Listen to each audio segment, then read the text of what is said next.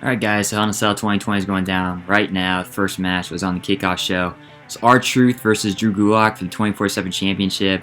And the 24/7 rule was put on hiatus for this match, so from bell to bell, no one could interfere in the match and try and pin either Gulak or RTruth to win the belt. The match itself was not that great, more of a comedy spot, if you could even call it comedy. Gulak pretty much beat up Little Jimmy, which made RTruth mad. That led to a standard match where RTruth hit the 5 moves of doom in honor to his childhood hero John Cena. Eventually though, RTruth would win by pinning Gulak with a jackknife cover, and then following the match, Tozawa and a Lucha House Party, and eventually Drew Gulak would chase RTruth out of the ring. Alright, so the first match on the main card was the Hell in a Cell I Quit match for the Universal title. Roman Reigns defending against his cousin Jay Uso. And to me, this is the most interesting story in WWE today. Just the family dynamic, cousin versus cousin for the title, and the fact that Roman Reigns is a bona fide heel badass and is the most interesting character WWE has on TV at this point. To me, makes this should have been the main event. So it starts out with Reigns and Uso fighting in the Hell in a Cell. Pardon my dog in the background, but they're fighting in the Hell in a Cell, and they're using the cage as weapons against each other. Reigns talking trash, and it's Uso with 2 spears. He would go for a third, but then Uso would counter with a super kick. Then he would hit Reigns with multiple times with the strap, and then eventually they got tied to the strap together and were kind of going back and forth with the strap. Uso would choke out Reigns with the strap, and then he would go for a chair shot, but Reigns would hit him with a Superman punch and lock him in the guillotine, and neither man was quitting at this point.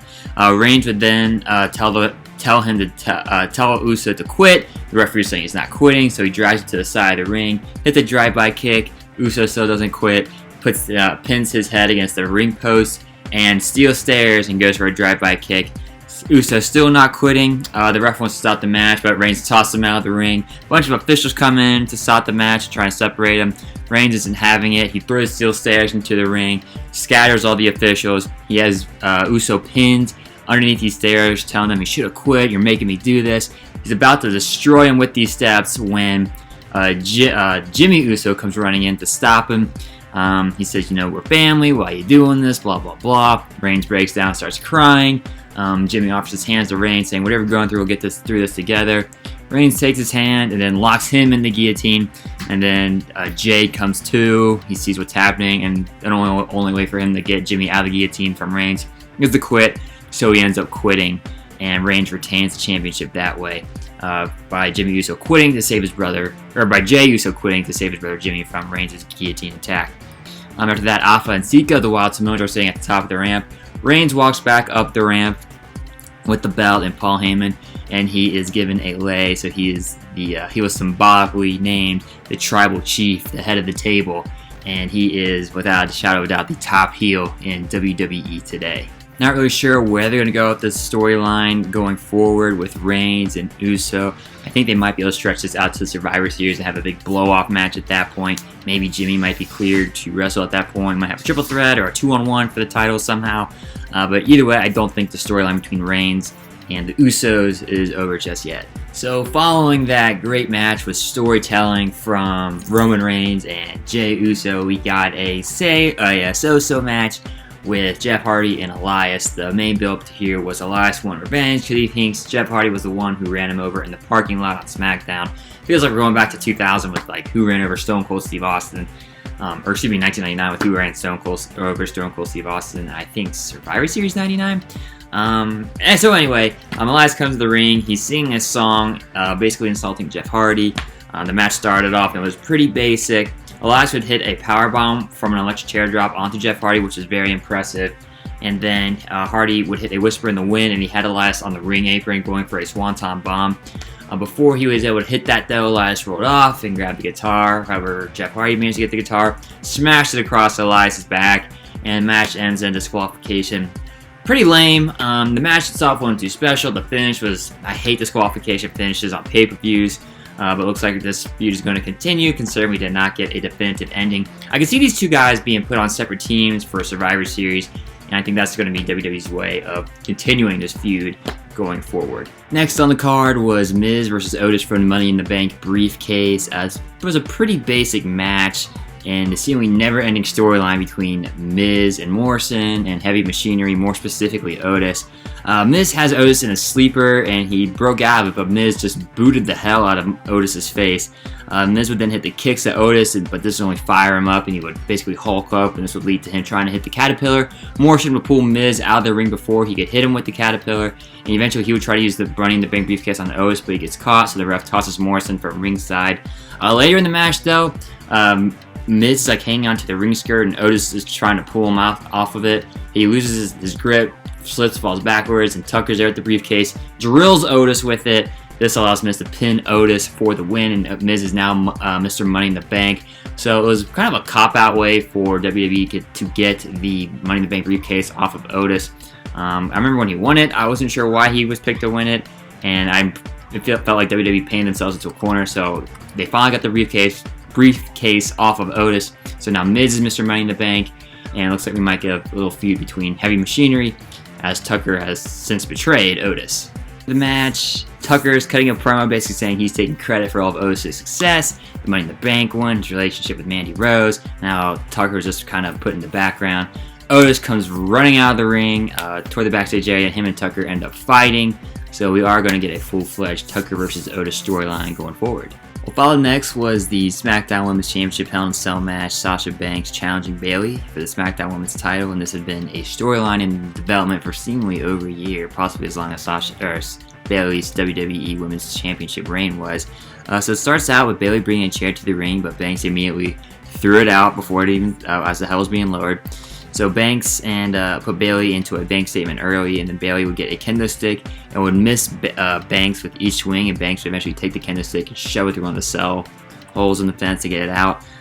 Banks would ram Bayley to the side of the cell with a table and hit a Meteor to her over the table on the outside, and then again on the inside of the ring. Now, there was a minor botch during exchange when they were kind of like going back and forth between the ring and the outside, which eventually led to Banks hitting a Hurricane Rana. And she would set up these kendo sticks in between the stairs and the cell, and looked like would go for a Meteor again, but Bayley would counter that, and she would drop toe hold Banks into the kendo sticks, and then Banks would sunset flip Bayley. Excuse me, she dropped toe hold Bayley. Bayley dropped toe hold Banks into the kendo sticks, and then would catapult her into the kendo sticks.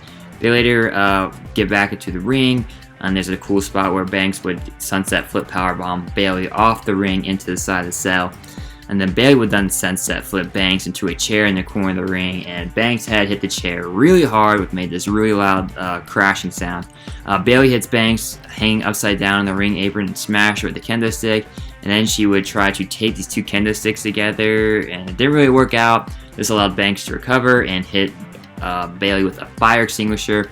Bayley would say she couldn't see, goes to the door saying open the door, but she's really just trying to get her chair back that was thrown out at the beginning of the match. Bayley set up Banks on a ladder, and that was bridged together between two chairs, and would go to drop an elbow onto her. And with the chair, she would miss. This would allow Banks to leap over the ladder, hit a Meteora, then hit a Bayley to belly to Bayley onto the ladder. And this still wasn't enough to keep Bayley down. Bayley would kick out after the pin. Bayley would hit Banks with a Bayley to belly, but Banks kicked out. And eventually, we finally got an end. It was like a really long match. Bayley went for a Bayley to belly on a chair, but Banks countered that into a Banks statement with Bayley's head locked in the chair, and she was also stomping on the chair. That was enough to make Bayley tap out. So Banks is now SmackDown Women's Champion, ending Bayley's. Sorry, the Bayley Banks thing is confusing. Ending Bayley's 380-day reign as SmackDown Women's Champion.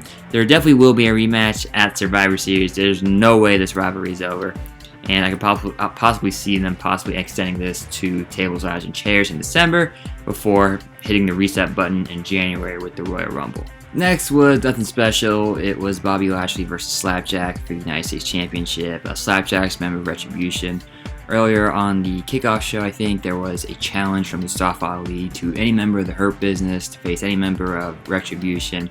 So they picked Lashley to face Slapjack, and they upped the ante by saying nobody from either team could interfere, plus Lashley's United States Championship would be on the line. Nothing special about this match. Lashley dominated pretty much throughout. Slapjack did get a little bit of offense in, but there really wasn't a doubt that Lashley would win. He made Slapjack submit to the Hurt Lock, Full Nelson, After the match, Retribution came in and attacked. The Hurt Business would come out and make the save. So it looks like we're definitely building up to a traditional Survivor Series elimination tag team match between these two factions next month. So in your main event tonight, it was Randy Orton challenging Drew McIntyre for the WWE Championship inside the Hell in a Cell.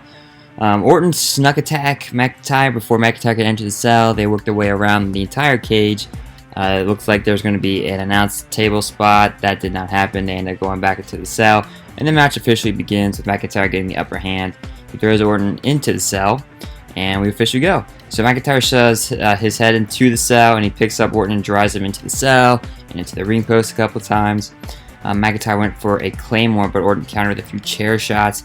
And drove the chair into McIntyre's jaw. Which the commentators were putting over that he fractured.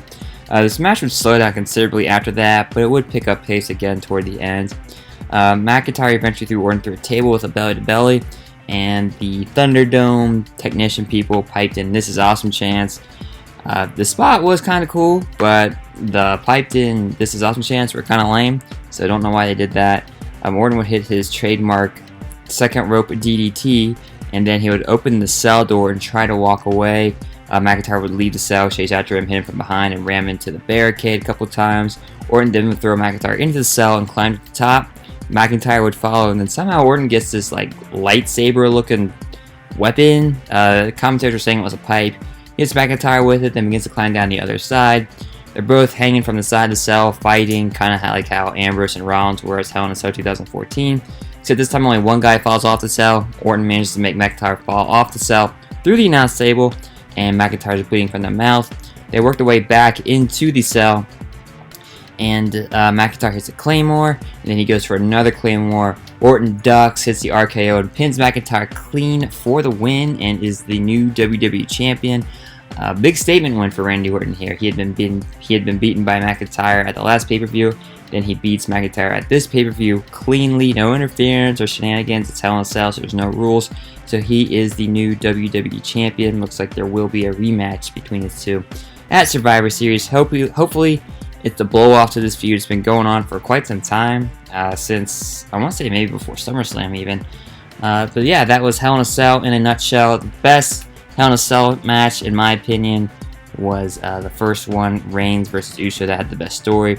Banks and Bayley was definitely the most violent, and then Orton versus McIntyre was just okay. Had some good spots here and there, but for the most part, it could have been a lot better.